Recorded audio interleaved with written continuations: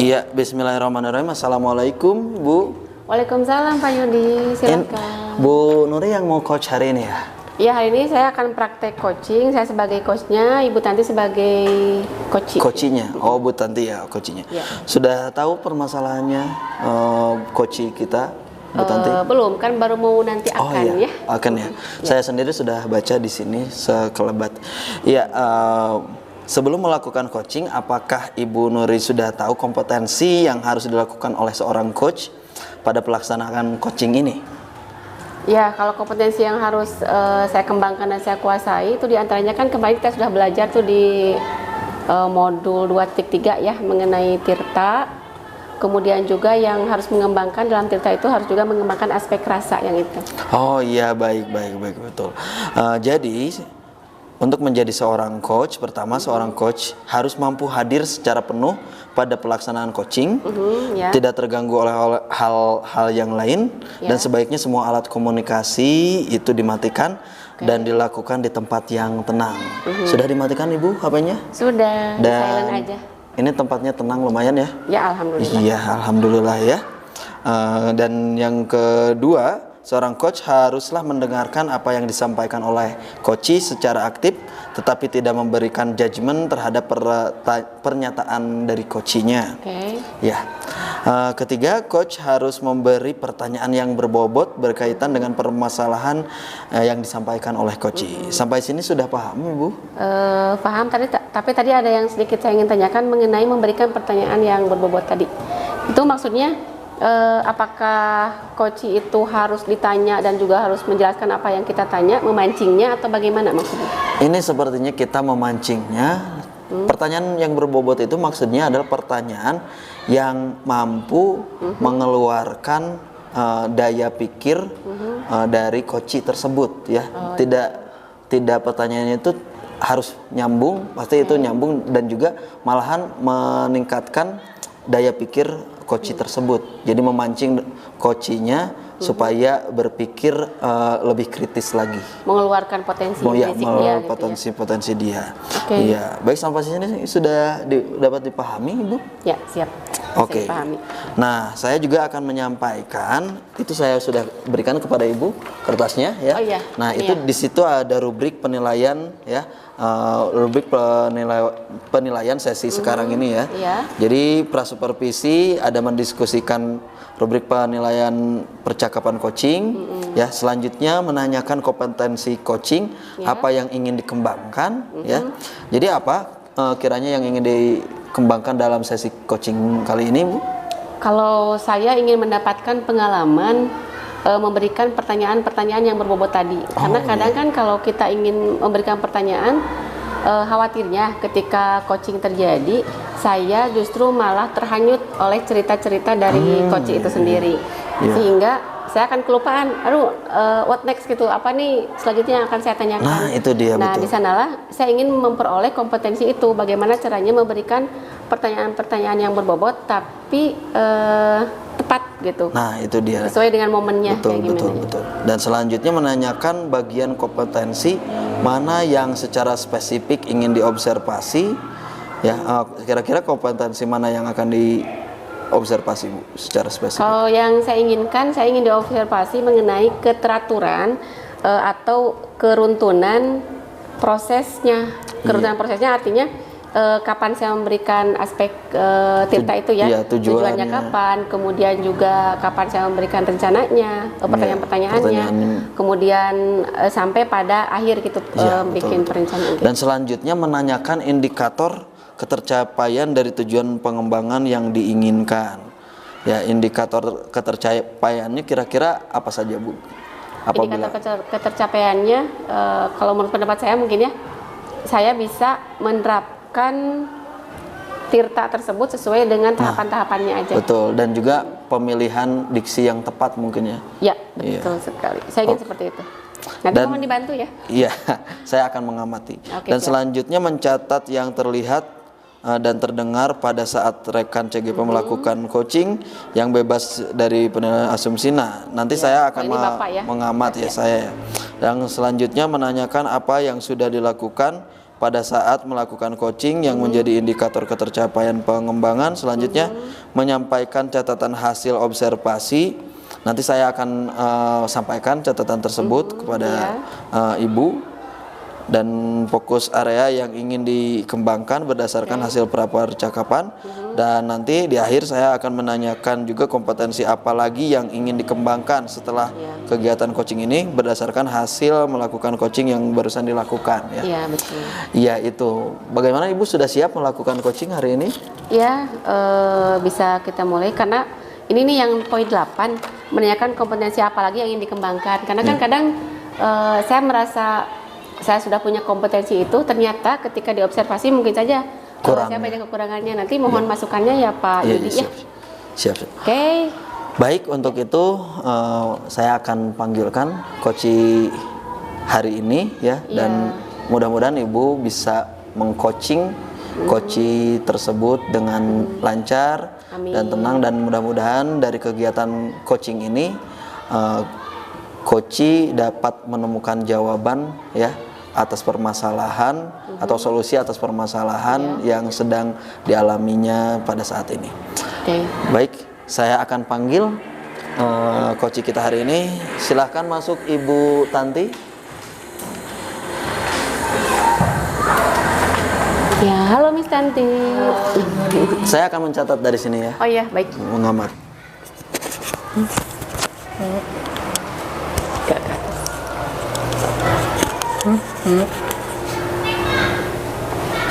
Oke, bisa dimulai ya Pak ya? Iya, bisa. Saya akan mencatat dan mengamati dari sini.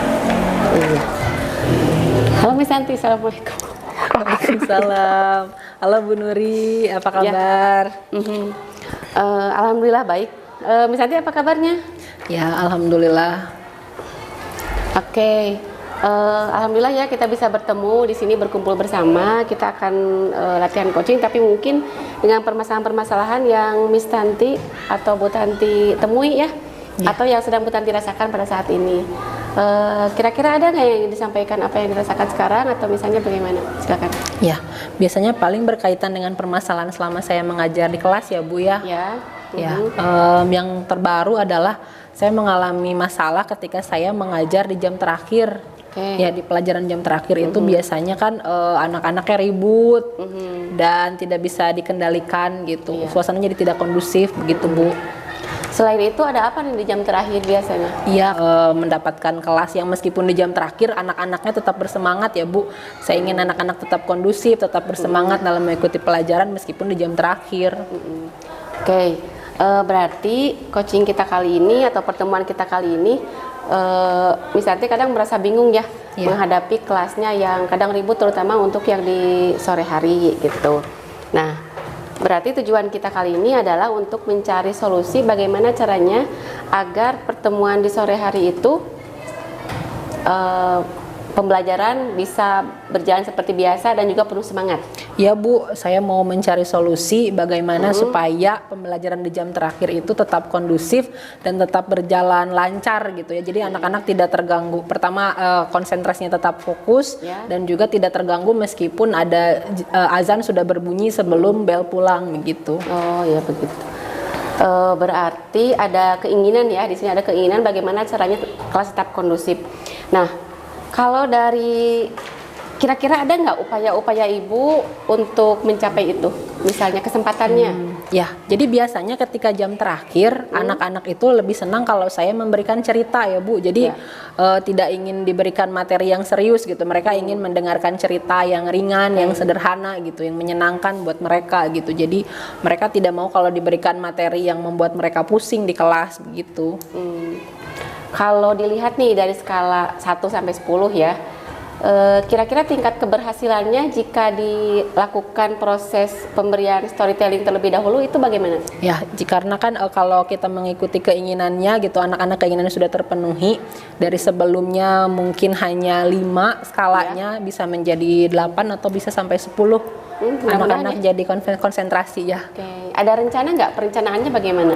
Ya, di pertemuan selanjutnya di jam pelajaran terakhir mungkin sebagai ice breaking saya akan memberikan dulu cerita yang ringan untuk anak-anak ya, supaya mengembalikan fokus mereka dalam belajar gitu supaya mereka siap menerima materi pelajaran yang lebih serius begitu. Oke. Bagaimana cara memberikannya ke anak-anak? Sementara kan tadi kata Ibu Tanti kalau mau diberikan pembelajaran kemudian kasih cerita, sementara kita juga kan punya tujuan tadi kata Miss Santi ada tujuan pembelajaran. Bagaimana cara mengimplementasikannya di kelas yang tadi yang sudah direncanakan? Ya, jadi memang kalau setiap pertemuan diberikan cerita juga tidak memungkinkan ya gitu karena anak-anak juga membutuhkan harus sesuai dengan kurikulumnya juga gitu. Tapi setidaknya untuk di jam-jam rawan tersebut, ketika anak-anak sudah senang gitu keinginannya terpenuhi, biasanya mereka sudah siap gitu. Jadi di awal mungkin saya akan memberikan dulu ice breaking tadi yang berupa cerita gitu. Nah nanti di jam terakhir sebelum bel berbunyi saya akan memberikan kuis atau kuis sederhana lah ya untuk menjadikan refleksi pembelajaran gitu. Biasanya kalau berupa kuis kan mereka juga semangat gitu, berebut ingin menjawab pertanyaan gitu. Biasanya seperti itu. Oke, bagus sekali. Nah, berarti kan sudah ada perencanaan ya, kemudian planning lain sebagainya sudah ada. Nah, kira-kira nih siapa yang bisa membantu Ibu Tanti untuk mengaplikasikan rencana-rencana tadi yang sudah dibuat? Sepertinya saya bisa meminta bantuan kepada rekan satu MGMP Bahasa Inggris ya Bu untuk memantau juga pelaksanaannya, juga memberikan masukan gitu mengenai pelaksanaan tentang rencana yang sudah saya rencanakan tersebut gitu, mengenai pembelajaran di jam terakhir apakah sudah sesuai atau belum, dan juga rekan se-MGMP itu bisa memberikan masukan atau refleksi ya untuk pelaksanaan pada pembelajaran selanjutnya. Iya, betul sekali. Wah, alhamdulillah ya. Berarti pertemuan kali ini kita sudah mendapatkan solusi ya. Bu Tanti sendiri sudah mendapatkan solusi atas permasalahannya. Mudah-mudahan bisa tercapai. Ya, terima kasih sekali ya Bu Nuri atas coachingnya hari ini sudah membantu saya untuk mendapatkan solusi dari masalah saya ketika saya menghadapi murid-murid di pembelajaran jam terakhir gitu. Karena memang itulah biasanya menjadi salah satu masalah ya gitu, karena diantaranya karena jam asarnya juga maju lebih awal kan gitu. Kalau biasanya kan asar 3:30 gitu, itu sudah sesuai dengan jam pulang ya. Kalau ini lebih awal begitu. Iya betul. Mudah-mudahan ya. Kira-kira selain teman yang se-MGMP, siapa lagi nih yang bisa membantu? Kalau mengenai permasalahan, saya juga bisa berbicara dengan guru BK ya. Itu mengenai sikap anak di kelas seperti apa juga. Untuk kepada wali kelas sepertinya saya bisa ya meminta bantuan kepada wali kelas untuk memantau juga ya gitu, atau juga mencari latar belakang muridnya seperti apa yang biasanya ribut di kelas itu. Gitu. Baik, mudah-mudahan semuanya bisa berjalan dengan lancar, kemudian Miss Santi juga bisa mengajar dengan baik dan tersampaikan semua informasi yang diinginkan. Ya, terima kasih banyak Bu Nuri atas coachingnya. Sama-sama. Ya, terima kasih. Oke. Terima kasih sekali Bu Nuri. Saya sangat berterima kasih atas coaching hari ini, sudah memberikan saya pencerahan. Akhirnya saya bisa menemukan solusi dari permasalahan saya ketika menghadapi murid di jam terakhir gitu ya, jam rawan. Saya berharap bisa melaksanakan apa yang sudah saya rencanakan tadi dengan baik. Terima kasih Bu Nuri. Sama-sama Miss Santi. Ya, sampai jumpa ya. Terima kasih, sampai jumpa lagi. Assalamualaikum warahmatullahi wabarakatuh. Waalaikumsalam. Alhamdulillah ya. Iya Bapak, sudah selesai barusan. Saya minta saran dan kritiknya. Coaching kali ini sungguh luar biasa. Bu Nuri sudah bisa melakukan coaching hari ini dan yang sesuai dengan skema Tirta tersebut. Tadi menyampaikan tujuannya juga bukan menyampaikan tujuan, akan tetapi menggali tujuan apa dari coaching tersebut untuk menemukan masalah atau menemukan solusi dari masalah itu, tujuannya apa gitu. Lalu setelah itu mengidentifikasinya juga sudah betul ya, tadi mengidentifikasi masalahnya apa gitu ya. Dan juga di dalam perencanaan Ibu juga bisa membimbing atau memberikan pertanyaan-pertanyaan yang sesuai sehingga Bu Tanti sebagai coach bisa merencanakan apa langkah selanjutnya ya, dan selanjutnya Bu Tanti juga bisa membuat komitmen atau bisa bertanggung jawab, memancing coach supaya bisa bertanggung jawab dan berkomitmen akan rencananya tersebut. Dan ini masukan dari saya sebagai pengamat, itu sudah semuanya sudah bagus, alurnya sudah pas, sudah mantap. Yang kurang itu adalah mungkin di dalam merespon tidak.